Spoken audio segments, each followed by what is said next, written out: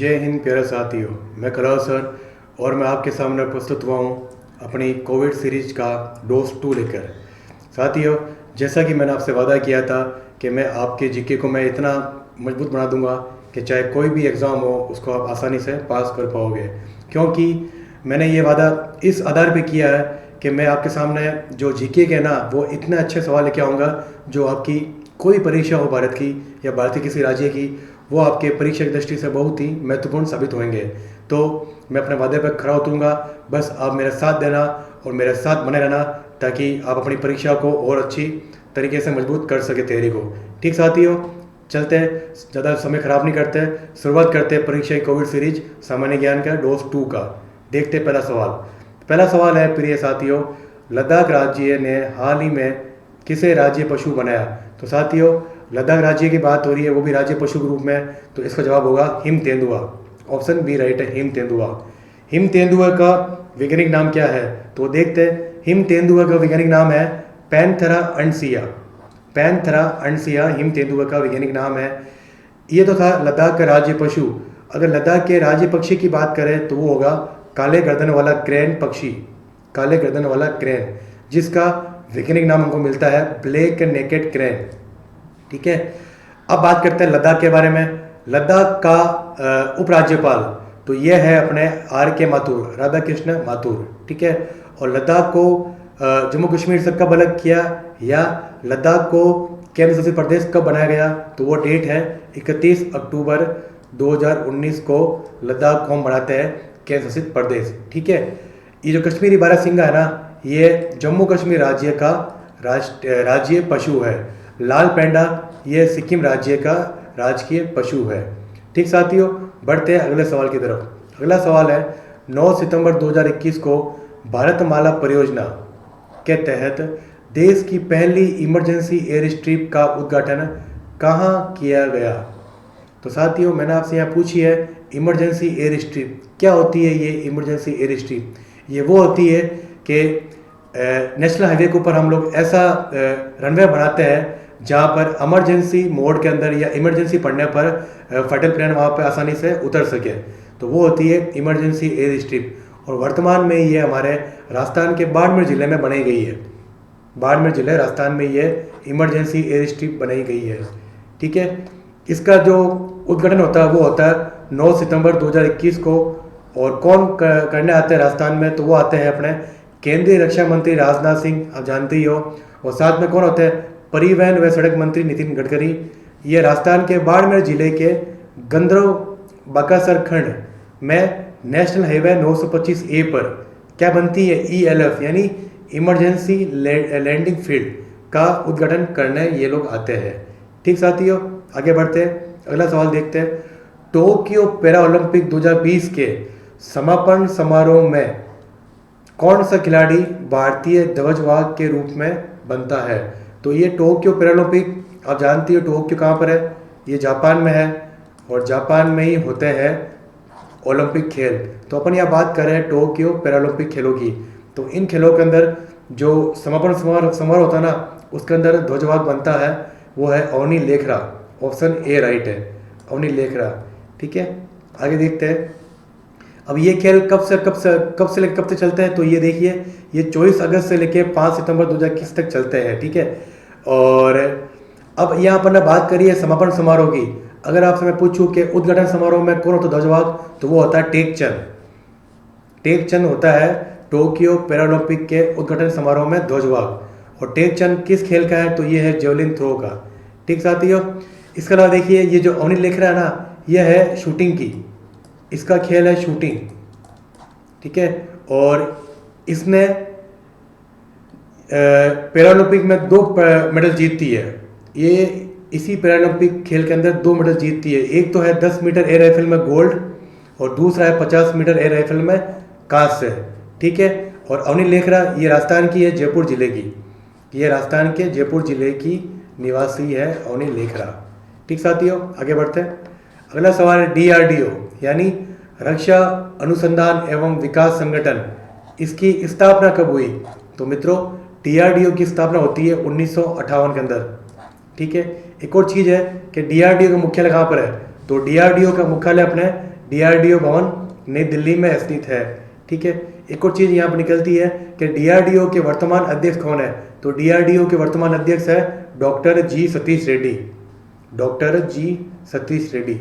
ठीक है, और एक और बात है कि डीआरडीओ मतलब डीआरडीओ किसके अधीन रहकर काम करता है, तो डीआरडीओ भारतीय रक्षा मंत्रालय के अधीन रहकर काम करता है। ठीक है, नेक्स्ट सवाल देखते हैं। नेक्स्ट सवाल है इसरो यानी भारतीय अंतरिक्ष अनुसंधान संगठन की स्थापना कब हुई, यानी मैंने आपसे यहाँ पर इसरो का गठन पूछा है कब होता है, तो साथियों इसरो की स्थापना होती है 1969 में, 1969 में, ए राइट है यहाँ पे। ठीक है, इसरो का अगर मुख्यालय की बात करें तो ये स्थित है बेंगलुरु, इसरो का मुख्यालय बेंगलुरु, और ये आप जानते हो बेंगलुरु कहाँ पर है, कर्नाटक में है। और वर्तमान में इसरो के अध्यक्ष कौन है, तो वो है के सिवान। के सिवान वर्तमान में क्या इसरो के अध्यक्ष है, जिनको हम लोग रॉकेटमैन बोलते हैं, रॉकेटमैन, इनका उपनाम है रॉकेटमैन।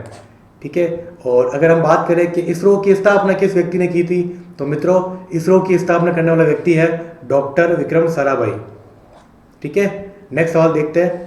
एशिया का नोबेल पुरस्कार किस पुरस्कार को कहते हैं, तो साथियों एशिया का नोबेल पुरस्कार बोलते हैं रेमन मैग्सेसे पुरस्कार। ठीक है, इसको क्या बोलते हैं, एशिया का नोबेल पुरस्कार। और इस पुरस्कार की शुरुआत होती है 1958 के अंदर, 1958 के अंदर रेमन मैग्सेसे पुरस्कार की शुरुआत होती है। ये किन किन क्षेत्रों में मिलता है, तो ये मिलता है जन सेवा में, सरकारी सेवा में, पत्रकारिता यानी मीडिया प्रेस में, और अंतर्राष्ट्रीय सद्भावना के क्षेत्रों में रेमन मैग्सेसे पुरस्कार प्रदान किया जाता है। ठीक है, और ज्ञानपीठ पुरस्कार ये भारतीय साहित्य का सबसे बड़ा पुरस्कार है, ये भारत के साहित्य का सबसे बड़ा पुरस्कार है ज्ञानपीठ पुरस्कार। पुलिंजर पुरस्कार ये यूएसए यानी अमेरिका के साहित्य व संगीत का बड़ा पुरस्कार है। और मैन बुकर पुरस्कार ये ब्रिटेन का सबसे बड़ा साहित्य और कला का पुरस्कार है, मैन बुकर पुरस्कार। ठीक है, थोड़ी सी और जानकारी यहाँ पर है कि जो 2019 का था ना ज्ञानपीठ पुरस्कार, वो किसको मिलता है। ये सवाल काफ़ी अच्छा सवाल इसलिए मैं लेके आया हूँ यहाँ पे। तो 2019 का ज्ञानपीठ पुरस्कार मिलता है अच्युतम नंबूदिरी को। ठीक है, और रेमन मैग्सेसे पुरस्कार के बारे में सूचना अपने पास में है कि पहला भारतीय व्यक्ति जिसको ये पुरस्कार मिलता है तो वो है आचार्य विनोबा भावे, इनको मिलता है 1958 के अंदर रेमन मैग्सेसे पुरस्कार। और पहली महिला तो वो है मदर टेरेसा, 1962 के अंदर ये पहली महिला भारत की जिनको मिलता है रेमन मैग्सेसे पुरस्कार। ठीक है साथियों, बढ़ते अगले सवाल की तरफ। अगला सवाल है 13वें ब्रिक्स शिखर सम्मेलन की अध्यक्षता किसने की, तो मित्रों 13वां ये लेटेस्ट वाला है ब्रिक्स सम्मेलन, और इसकी अध्यक्षता करेंगे Narendra Modi, option A Narendra Modi. BRICS के बारे में देखिए और जानकारी, BRICS ब्रिक्स। ब्रिक्स के अंदर साथियों 5 देशों का समूह है ये। कौन कौन से देश है, 20 हो गया ब्राजील, 8 से हो गया रशिया या रूस, आई से हो गया हमारा देश भारत, इंडिया या भारत, सी से हो गया हमारा पड़ोसी देश धोखेबाज है जो चीन, धोखेबाज चीन देश, और एस से हो गया साउथ अफ्रीका। ये 5 देशों का समूह है और ये 5 देश मिलकर बनाते हैं ब्रिक्स। ठीक है, और भी सूचना इसके बारे में देखिए। ब्रिक्स का जो पहला शिखर सम्मेलन होता है ना वो होता है 2009 में शुरू, ब्रिक्स की शुरुआत होती है 2009 में, और पहला शिखर सम्मेलन इसका यह कहाँ होता है, रूस में। रूस के कौन सी जगह, तो वो है येकेतेरिनबर्ग में। ठीक है, बढ़ते अगले सवाल की तरफ। अगला सवाल है अंतर्राष्ट्रीय ब्लू फ्लैग हवाई युद्ध अभ्यास 2021 का आयोजन किस देश में किया जाता है। ये एक है एयरफोर्स की एक्सरसाइज है, यानी ये एयरफोर्स का एक युद्ध अभ्यास है, और ये होता है इजराइल के अंदर। ठीक है, इसके अंदर 8 देश भाग लेते हैं। वो 8 देश कौन कौन से है, वो है USA, Germany, Italy, Britain, France, Bharat, Greece और इजराइल। ठीक है, इस युद्ध अभ्यास की शुरुआत कब होती है, तो वो होती है 17 अक्टूबर 2021 को, और इसका समापन कब होता है, तो वो होगा 28 अक्टूबर 2021 को। 28 अक्टूबर 2021 तक ये युद्ध अभ्यास चलता है। ठीक है, अब बात करते हैं अपन इजराइल के बारे में। तो इजराइल की राजधानी है जेरूसलेम। जेरूसलेम, ठीक है। और वर्तमान में इसराइल के राष्ट्रपति कौन है? वो है इसहाक हर्जोग। इसहाक हर्जोग वर्तमान में इसराइल के राष्ट्रपति है। और वर्तमान में इसराइल के प्रधानमंत्री तो वो है नफ्ताली बेनेट, ठीक साथियों। नेक्स्ट सवाल देखते हैं। भगत सिंह, राजगुरु और सुखदेव को फांसी कब दी गई थी? तो साथियों ये बहुत ही फेमस भारत के क्रांतिकारी हुए थे और इनको फांसी मिलती है, वो मिलती है 23 मार्च 1931 की बात है। 23 मार्च 1931 को इनको फांसी मिलती है। क्यों मिलती है?